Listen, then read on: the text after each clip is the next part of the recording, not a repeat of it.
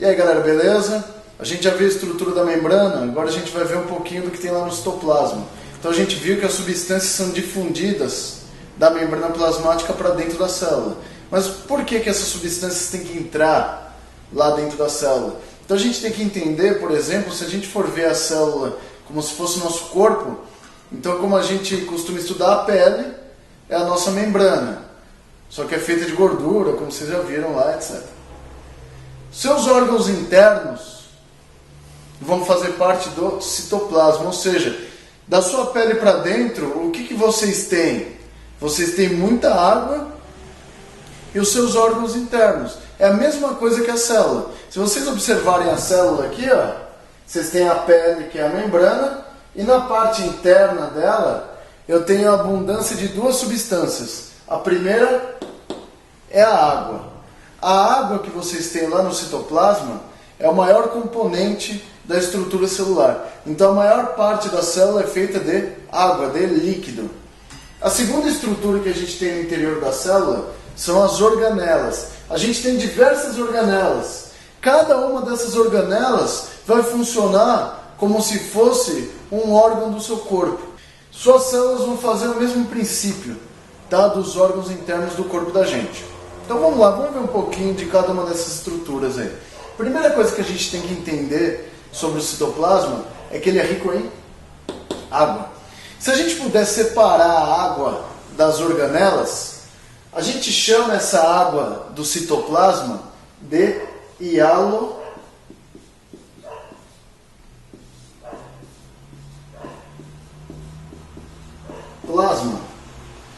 Esse hialoplasma, esse líquido do citoplasma, ele também tem outro nome. Vocês podem encontrar o hialoplasma com o nome de citosol. O citosol ou hialoplasma é o nome dado à água presente no citoplasma se a gente puder separar a água das organelas. Então é o que a gente chama de hialoplasma ou citosol, nada mais é do que a água do citoplasma. Mergulhado nessa água do citoplasma, vocês têm as organelas. Então lá na primeira aula vocês viram cada uma das organelas e agora a gente vai ver para que elas servem. A primeira organela que a gente vai estudar são os ribossomos. Se você olhar aqui na célula, ela está cheia de pintinhas em várias partes da célula, inclusive nessas dobras aqui, onde elas ficam mais frequentes. Os ribossomos, eles têm uma relação muito importante com o retículo endoplasmático rugoso. E o retículo endoplasmático rugoso, como vocês viram anteriormente, ele leva esse nome porque ele tem os ribossomos aderidos em sua superfície. Então por que os dois têm uma relação tão próxima? Simples de entender. Lá no núcleo eu vou ter o desprendimento do nucleolo e o RNA ribossômico do nucleolo vai formar os ribossomos, que são essas pintinhas aqui. Os ribossomos, por sua vez, vão ficar aderidos às membranas do retículo endoplasmático rugoso. Esse retículo endoplasmático rugoso, ele funciona como uma rede de canais intracelulares.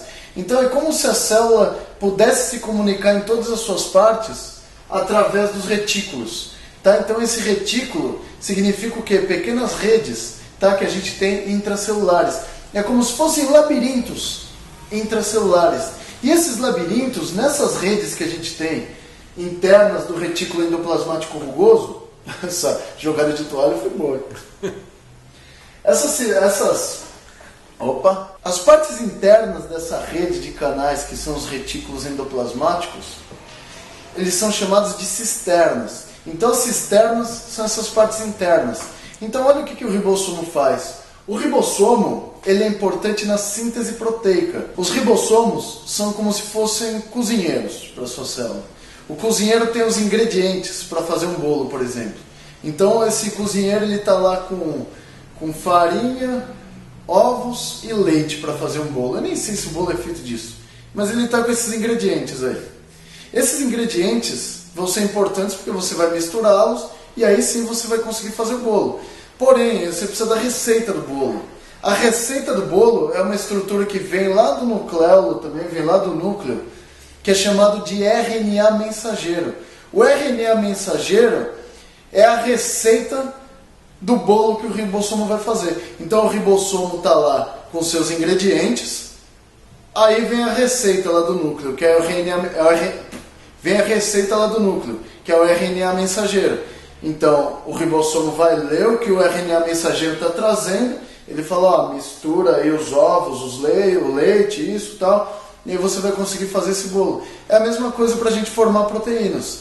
O seu ribossomo vai pegar vários aminoácidos, que são os ingredientes, aí ele vai juntar esses ingredientes, que são os aminoácidos, e juntando esses aminoácidos, eu formo novas proteínas. E é assim que o ribossomo faz o que a gente chama de síntese proteica. A partir dos aminoácidos que a gente tem na alimentação, ele forma novas proteínas. O retículo endoplasmático rugoso, que tem uma próxima relação com o ribossomo, ele vai fazer o quê? Esses canais internos do retículo endoplasmático rugoso são chamados de cisternas. As cisternas são os canais que a gente tem no interior do retículo. Olha o que o ribossomo faz. O ribossomo, ele são essas pintinhas. Ele faz a síntese proteica, ele produz novas proteínas e joga essas proteínas dentro das cisternas. E nas cisternas, essas proteínas ficam armazenadas. Então a função do retículo endoplasmático rugoso, pelo fato dele estar muito próximo dos ribossomos, ele pega todas as proteínas produzidas pelos ribossomos e armazena essas proteínas.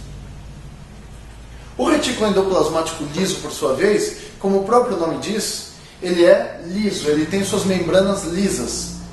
Se o retículo endoplasmático rugoso tem esse nome pelo fato dos ribossomos estarem aderidos às suas paredes, o retículo endoplasmático liso tem esse nome porque não tem ribossomos aderidos às suas paredes. Logo, ele não está relacionado com a síntese de proteínas. Ué, se ele não está relacionado com a síntese de proteínas, qual é a função do liso? O liso é relacionado com a síntese de gorduras.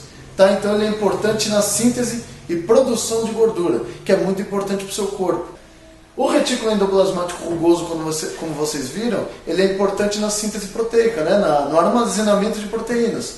Então eles são duas estruturas distintas, certo? Então se o liso está mais presente no fígado, que é um órgão que metaboliza gordura, o retículo endoplasmático rugoso, ele está em praticamente todas as células. O complexo de Golgi, ele também forma uma dobra membranosa, e no complexo de Golgi a gente observa essas bolinhas aqui, ó. Essas bolinhas são chamadas de vesículas. As vesículas, elas comunicam várias partes das células. Agora vamos entender a dinâmica celular. Então todas as substâncias que tem no interior das células estão se movimentando o tempo inteiro. Enquanto o seu coração está batendo, as substâncias se mexem dentro do seu corpo. Nada está parado.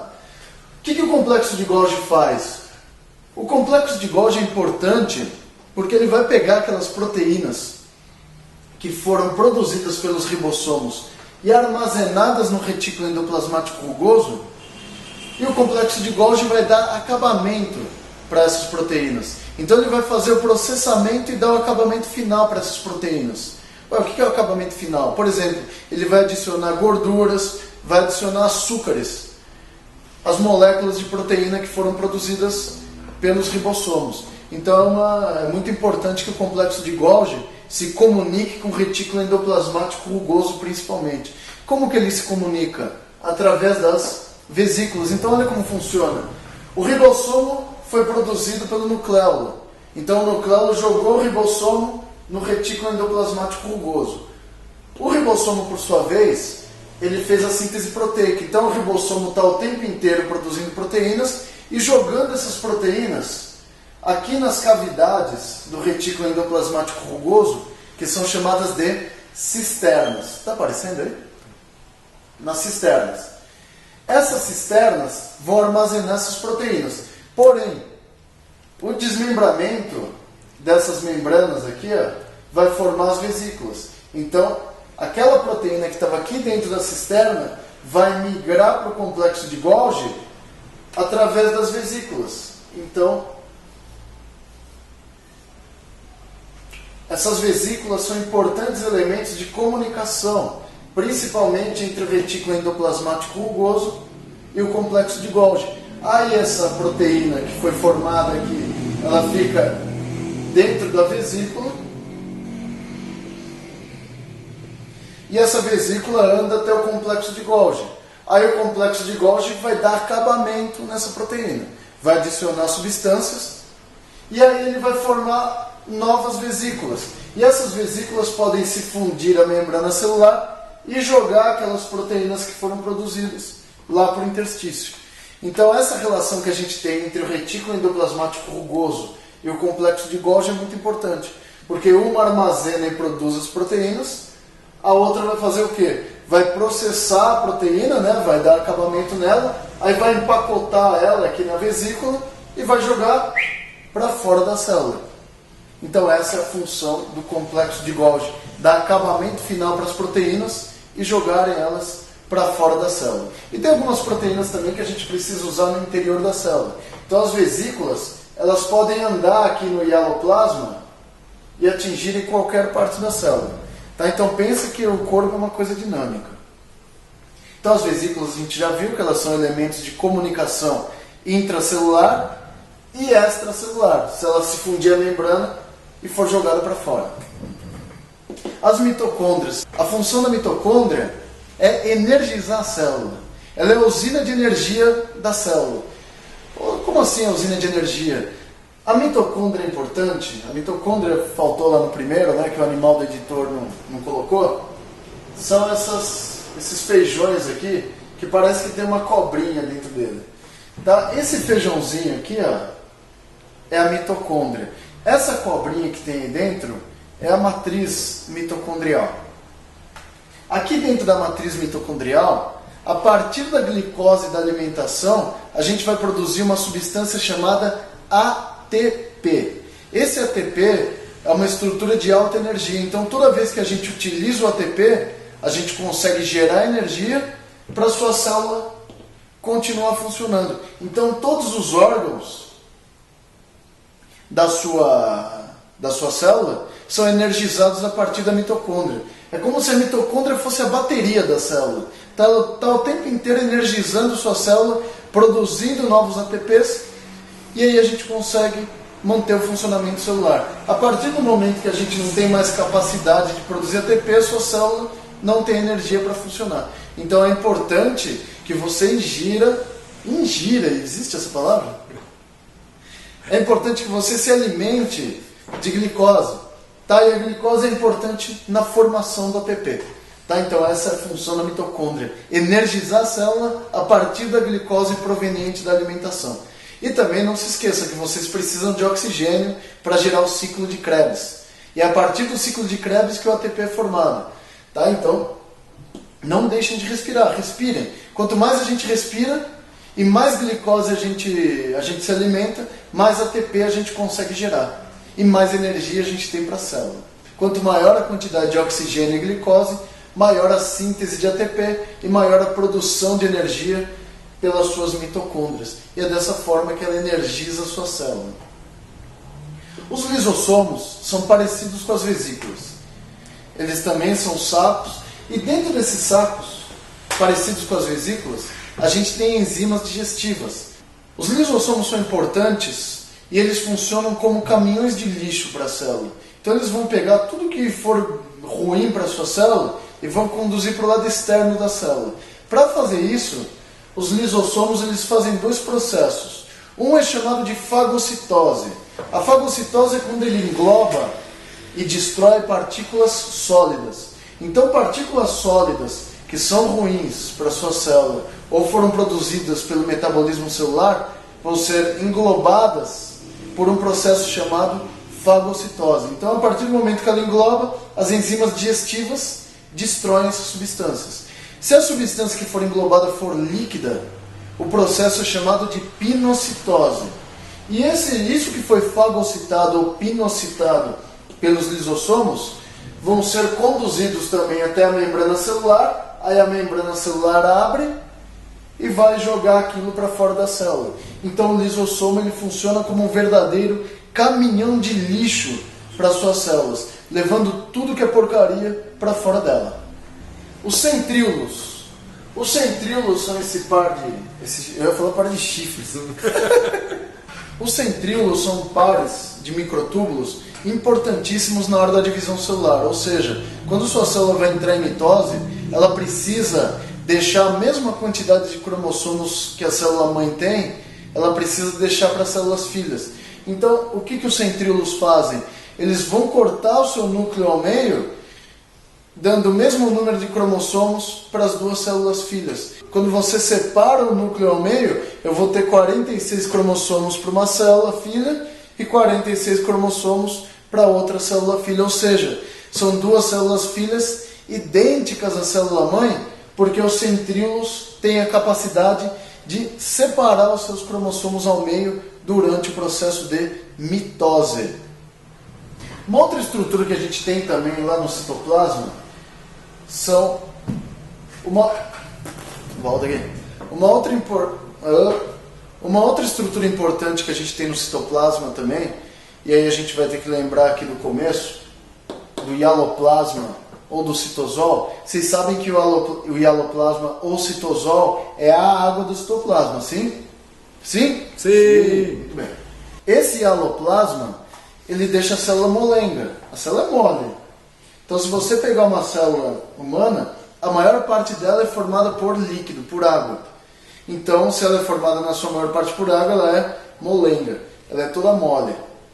Para deixar a célula no seu formato, armada e mais rígida, a sua célula tem o que é chamado de citoesqueleto. O citoesqueleto é importante porque ele vai pegar essa célula que é mole e vai armar. E vai deixar a célula com o seu formato. Então, cada célula do corpo tem um formato. O formato de cada célula do corpo é determinado pelo citoesqueleto, por essa rede de microtúbulos e microfilamentos internos da célula que vão deixar ela armada.